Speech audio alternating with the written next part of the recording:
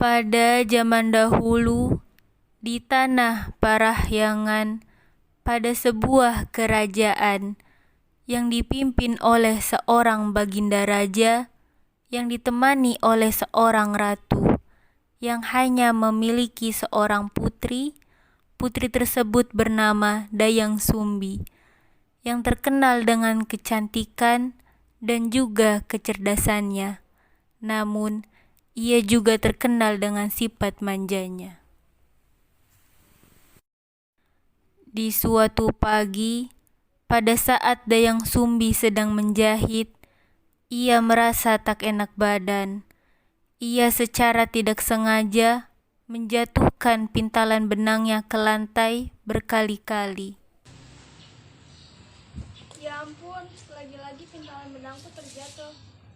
Aku bersumpah siapapun yang menemukannya, jika itu perempuan akan kujadikan saudaraku, jika itu laki-laki akan kujadikan suamiku. Beberapa saat setelah kata-kata perjanjian tersebut diikrarkan, tiba-tiba datanglah seekor anjing yang sakti bernama Tumang.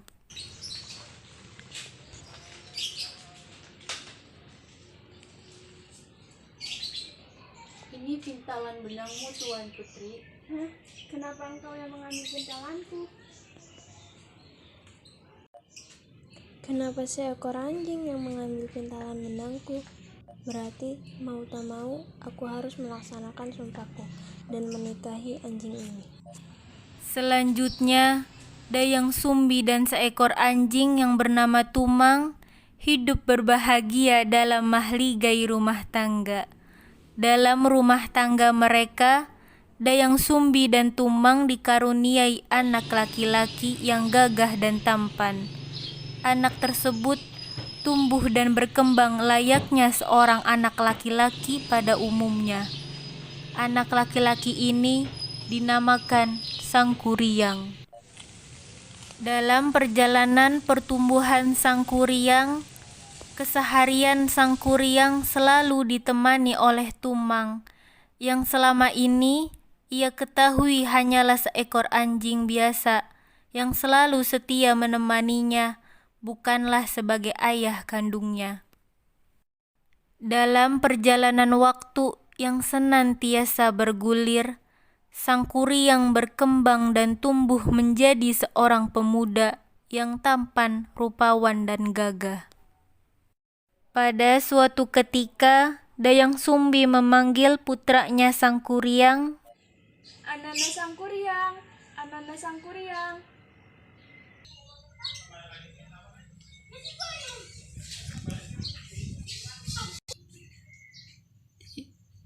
Saat ini ibunda ingin memakan menjangan. Pergilah ke hutan dan ajaklah si Tumang bersamamu.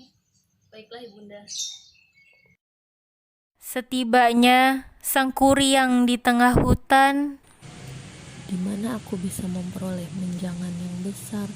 Jika aku tidak mendapatkan menjangan yang besar, maka dengan sangat terpaksa akan aku arahkan anak lalu ini Sangkuriang ke Tumang mengarahkan sebagai busurnya ganti ke arah bulan. si Tumang. Buruan, Tumang minta pun tunjung kena aku anak dapatkan. panah Sangkuriang. Dan tak lama kemudian, Tumang pun sekarat dan akhirnya mati. Begitu Sangkuriang tiba di rumah, ia langsung menyerahkan daging si Tumang kepada ibunya.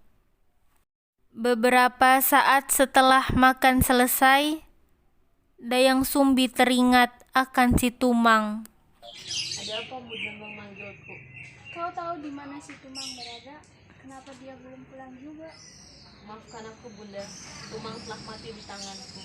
Daging yang Bunda makan kemarin bukan daging menjangan, tetapi daging milik si Tumang. Apa kau bilang? Daging yang kemarin kau suguhkan daging si Tumang? Benar sekali, Bunda. Dasar kau anak yang tak tahu diri. Pergi kau dari rumah. Dayang Sumbi begitu marah besar mendengar cerita tersebut. Dengan refleks disertai dengan amarah yang memuncak, Dayang Sumbi memukul kepala Sangkuriang. Sangkuriang terluka cukup parah di bagian kepalanya. Beberapa tahun berlalu, Sangkuriang yang mengembara ke seluruh negeri dan selanjutnya memutuskan untuk kembali ke rumahnya. Sesampainya di rumah, Sang Kuryang sangat heran.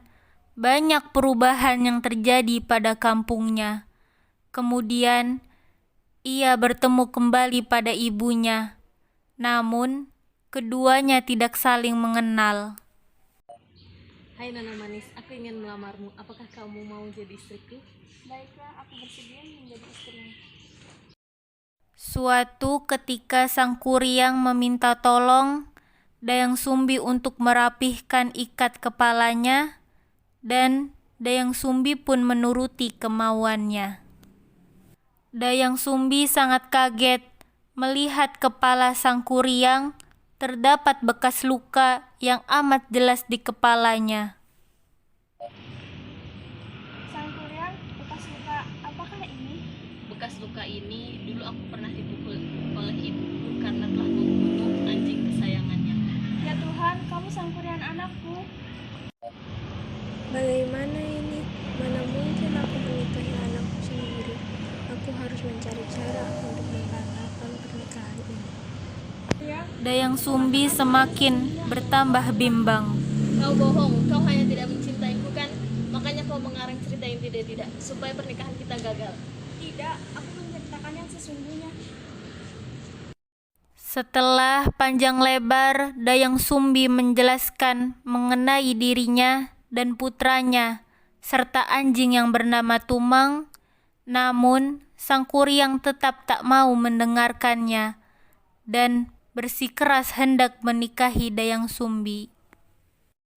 Dayang Sumbi berpikir keras untuk menemukan cara agar pernikahannya dengan putranya itu gagal.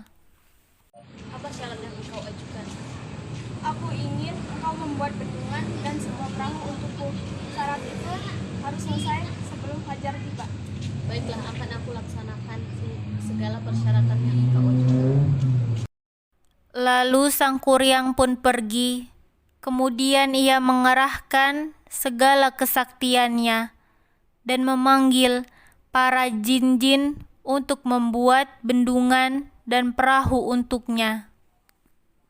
Wahai jin, kemarilah. Bantu aku membuat bendungan dan perahu. Baiklah, Tuan. Ketika pekerjaan Sang Kuryang telah berlangsung dan hampir selesai, Dayang Sumbi menggunakan tipu muslihat, yaitu dengan membangunkan ibu-ibu untuk menumbuk padi, bertanda fajar telah tiba.